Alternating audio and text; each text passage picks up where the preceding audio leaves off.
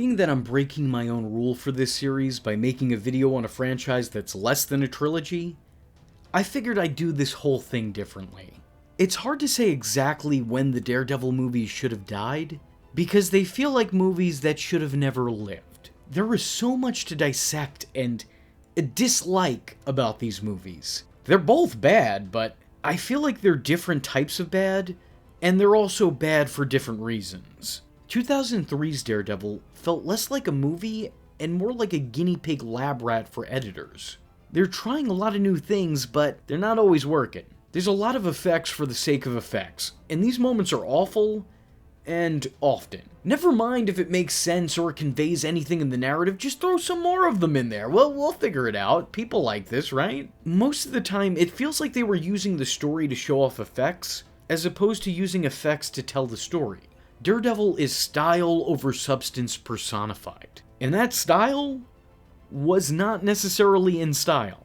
Though to be fair, this came at a very confusing time for comic book movie makers because it wasn't known how much of the medium you should translate, which led to a lot of these movies attempting to feel more like an actual comic book rather than the contents of that comic book. The music for the movie feels like it was chosen based on what was relevant of the time, rather than what would be best to fit a scene. And that would be laughable if it wasn't always so cringe-inducing. Like Elektra showing off what a badass she is to Evanescence. Or when Elektra is mourning the loss of her father to Evanescence. I mean, I know it was 2003, but come on, there were other bands. Like, for example, Saliva, Hoobastank, and Nickelback, who are also all on the soundtrack. This couldn't be more of an early 2000s playlist if you threw in Rob Zombie, Finger Eleven, Chevelle, and Seether. Which they did, for the record. All of them are on the album. I'm not trying to rag on these musicians. I'm actually a fan of a couple of them, but the songs don't fit the scenes that they're accompanying. The movie doesn't handle its material all that well. Granted, at the time, most movies didn't. A lot of the time it was thought that what worked on pages wouldn't work on screen, and as such, the characters don't really resemble the characters that they're based on. The attires aren't what I'd call an accurate adaptation. Daredevil's traded tights for tight leather. Gotta be hard fighting crime in that. Elektra's favorite color has gone from red to black. Bullseye doesn't wear a costume, even though he asks for one. I want a costume. Yeah, I never got that. What was that about? It's not just the characters' costumes. It's the characters themselves that feel completely different. Daredevil felt a little too dark for his own good. He was a broody, tortured soul. And I know that this is a man who spends his life in darkness, but he's not the Dark Knight.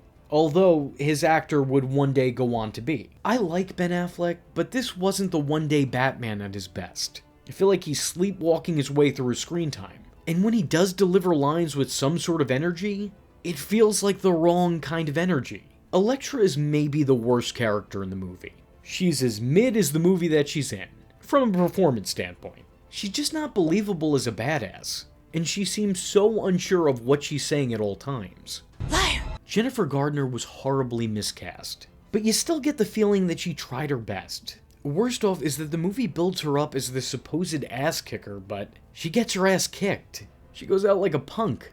All those training montages to Evanescence for her to be easily bested by Bullseye. Speaking of Bullseye, the character's not as perfect as his throw. He's a completely different character from the one in the comics. However, having said that, Colin Farrell may just be the most entertaining part of this movie. And I mean that both ironically and unironically. He's crassly chaotic and thrives off havoc and destruction. He's the perfect marksman who always hits the target. Unless that target is a blind man, apparently. Farrell is a lot of fun, and you could tell that he's having a lot of fun playing the part. I can tell you back in 2004, I was not watching this and thinking, wow, one day that guy is going to be a great Penguin. On the other hand, there's the movie's main antagonist, and Bullseye's boss, the Kingpin. This performance is almost the perfect portrayal. Michael Clark Duncan was an incredible Wilson Fisk. This is definitely a case where a role in a movie is more memorable than the movie that it's in. It's almost too good. He has the right frame, the right attitude, and the right voice for the villain. He exudes power both physically and financially. This was a man in full control of everything, even, or maybe especially, the things that should be outside his control. It's actually a shame that his time in the part was so short-lived. He did go on to play it one more time in animation, but it's criminal that this criminal never returned on screen. We didn't have nearly enough time with this character, as most of the runtime and scenery was being eaten up by Bullseye. Though again, that's not necessarily a complaint. There's a bunch of side characters that I think are kind of fun, like Joe Pantaleone playing Ben Urich, a journalist hot on the trail of the devil. Daredevil writer Kevin Smith plays Daredevil artist Jack Kirby, somehow. And the future Happy Hogan, best buddy of Iron Man, plays Foggy Nelson, best buddy of Daredevil. That's some real specific typecasting. The movie knows nothing about subtlety, as a lot of its religious undertones are actually very obvious overtones. Worse off is that it feels like it doesn't know what it's trying to say. It just wants to make sure that you're listening. The movie's tone is tone deaf. It's all over the place. It's inarguably goofy. But unlike movies that were out at the time like Spider-Man and the Fantastic Four films, it was unintentionally goofy. This wasn't trying for corny, campy fun. This was a failed attempt at gritty edginess. Daredevil creator Stan Lee was also no fan of the final product, for this very reason, feeling like they made the character far too dark for his liking. I wasn't joking when I said at times it feels like they're trying to tell a Batman story. They just so happened to be doing it with a man who would one day go on to play Batman. And he still wouldn't get his own Batman story, actually, now that I think about it. The fight scenes are fun for a while, but they're also over-excessive and just overall extra. There's too much happening and not enough reason for it to happen. Fight scenes between heroes and villains, sure, of course, that makes sense, that's the name of the game here. But a kung fu showdown in a playground so the blind guy could get the woman he's chasing's number? I don't know, that seems strange to me. Especially when this is the behavior of a hero who just killed a rapist, but is still somehow okay with stalking a woman, and is also somehow still the hero. I don't like being followed. Wait a minute. Wait a second. I don't like being touched. I'm not the bad guy. This movie is one of those movies that sets up a sequel that will never come. Both villains are left alive, with the end credits going out of their way to tell you that. Elektra, who is killed by Bullseye in the movie, leaves behind a braille necklace, letting Daredevil know that she's still out there. Somehow. So it's clear that there were plans for a second of some sort. Instead, we got a spin-off. Now, before I get into the second half of this duology, let me say that the director's cut of this movie is by far superior. Having said that, it's only a better version of this movie and not a better version of Daredevil. And while Daredevil is somewhat understandable, it was a earnest attempt to swing and a miss, and despite its worst effort, it was still a financial success. Given its mid-reputation, it would be surprising that it got a sequel, let alone a spin-off. It didn't exactly have the greatest recreations of Stan Lee's creations. So you would think if any of the characters from that movie were going to headline their own movie, it'd be one of the villains. Instead, it was Elektra, who was the most bad part of a real bad movie. Again, no disrespect to the actress, she's been in good projects. This ain't one of them.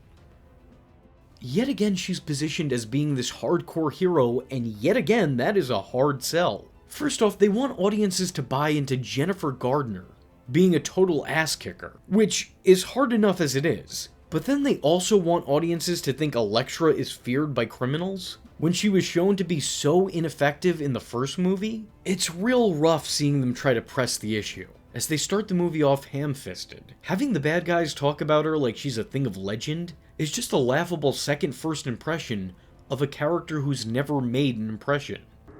You may have heard of her. Her name is Elektra. You can't stop her. Nobody can stop her. She's an urban legend, sir. I get that the character in comics couldn't stay dead. Daredevil readers wanted to see more of the assassin. But in terms of these movies, I think they might have been better off. She's not a strong enough character to merit her own movie, and that becomes very painfully apparent very early on. And before you come at me in the comments, I mean this specific version of this character. On the bright side, at least she's in more comic-accurate gear. She looks a lot more like the Elektra from the comics. But that's really as far as it goes. Was this really enough of a reason to dig up the dead? Also much more comic accurate is the inclusion of Stick, the shared mentor of both Daredevil and Elektra from the comics. But it feels incredibly weird to see him make an appearance with Elektra as his apprentice, when he's entirely absent in Daredevil's origins. It's also odd to see the Hand so heavily featured here, when they have no affiliation with the primary protagonist. All of these characters who seem to have a little more history with the hero are now being sidelined with the sidekick. I know that might be a little harsh, but that's the way these movies set these characters up. That's what it feels like. I also don't love how easily Elektra disposes of the Hand. Kind of feels like it discredits them, but then again, for this continuity, I guess it doesn't really matter. It was always going to end here, there was never going to be a follow-up. All I'll say is that the Hand are to Elektra what Elektra was to Bullseye in the first film. It's also odd to see a spin-off that only sees the return of one actor, although this was done on purpose. The movie is set outside the Big Apple, because that's Daredevil's turf, and having her there would mean the two characters would have to interact, which they did not in this movie, save for one deleted scene, in which Matt Murdock approaches Elektra in a dream. The scene didn't seem to add anything to the movie, except remind audiences of a better movie, so it was probably better left on the cutting room floor. What makes matters even more weird is that Daredevil and Elektra actors Ben Affleck and Jennifer Gardner were actually married at the time this movie was made. You think it would have been smart attempting to bank off the star power of a power couple. It would have made sense to the story as well, as their characters were already romantically linked. Instead, Elektra is given a brand new love interest in the form of Mark, while Daredevil sat at home. This decision makes less sense for the story and just overall. The connection to Daredevil is never mentioned in the movie, nor was it mentioned in the marketing for the movie, as it was believed at the time that the public didn't want to see another Daredevil. So then why did they make this movie? If Daredevil was bad, why are we spinning off a secondary character that seemingly nobody cared about? This doesn't need to exist. And I'm not the only one who thought that, as even the actress playing Elektra didn't want to take part in the production. The movie's main star didn't want to make it, only acting in it due to contractual obligation, something that she wasn't shy about sharing in the movie's press tour, something that definitely shows in the final product. It feels like she was taking a page out of her then significant other's playbook. Like, if acting was based on attendance, she did a great job, but judging it as a performance, not so much. It feels like what it is. Someone who doesn't want to work, working. The making of the movie was a real mess. It was given a relatively small budget and a shorter time frame to finish filming. This whole movie was actually shot in a summer, when Jennifer Gardner's show Alias was on a hiatus. Similarly, Mark actor Goran Vishnik was on a break from filming the show ER, meaning that a lot of this had to be rushed through in production. After the events of the first film and her very apparent death, Elektra's brought back to life, probably due to her love of Evanescence.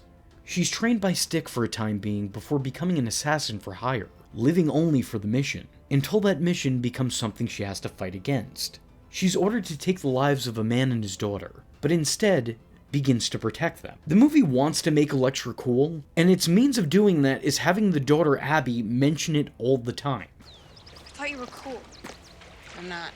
And then slowly morph into her mini-me. It's meant to be cute and endearing, but honestly it's giving me some serious Stan vibes. She winds up saving the family and hooking up with the dad for a bit. And ultimately, it's revealed that Abby is being sought after because she's a martial arts prodigy called the Treasure. Words cannot describe how little I care about any of this. It's a pretty boring premise with a very bland execution. Sure, Daredevil was style over substance, but at least it had style. This has neither. Make no mistake, Elektra was historic, but not in a particularly good way. It is one of the most critically and commercially unsuccessful superhero movies of all time. A box office bomb that didn't even make back its budget. It was a movie that no one asked for, no one asked about, and no one saw. Daredevil was so bad it's good, but Elektra was just so bad.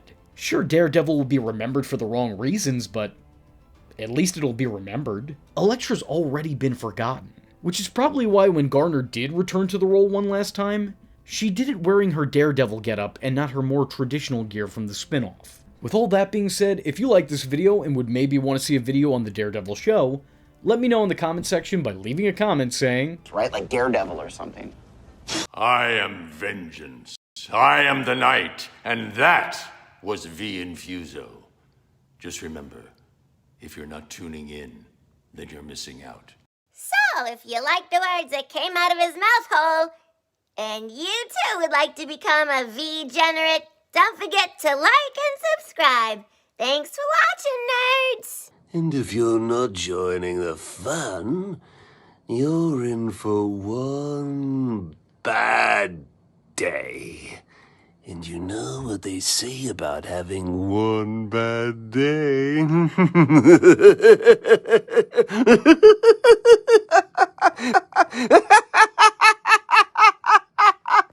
Catch him next time. Same bat time, same bat channel.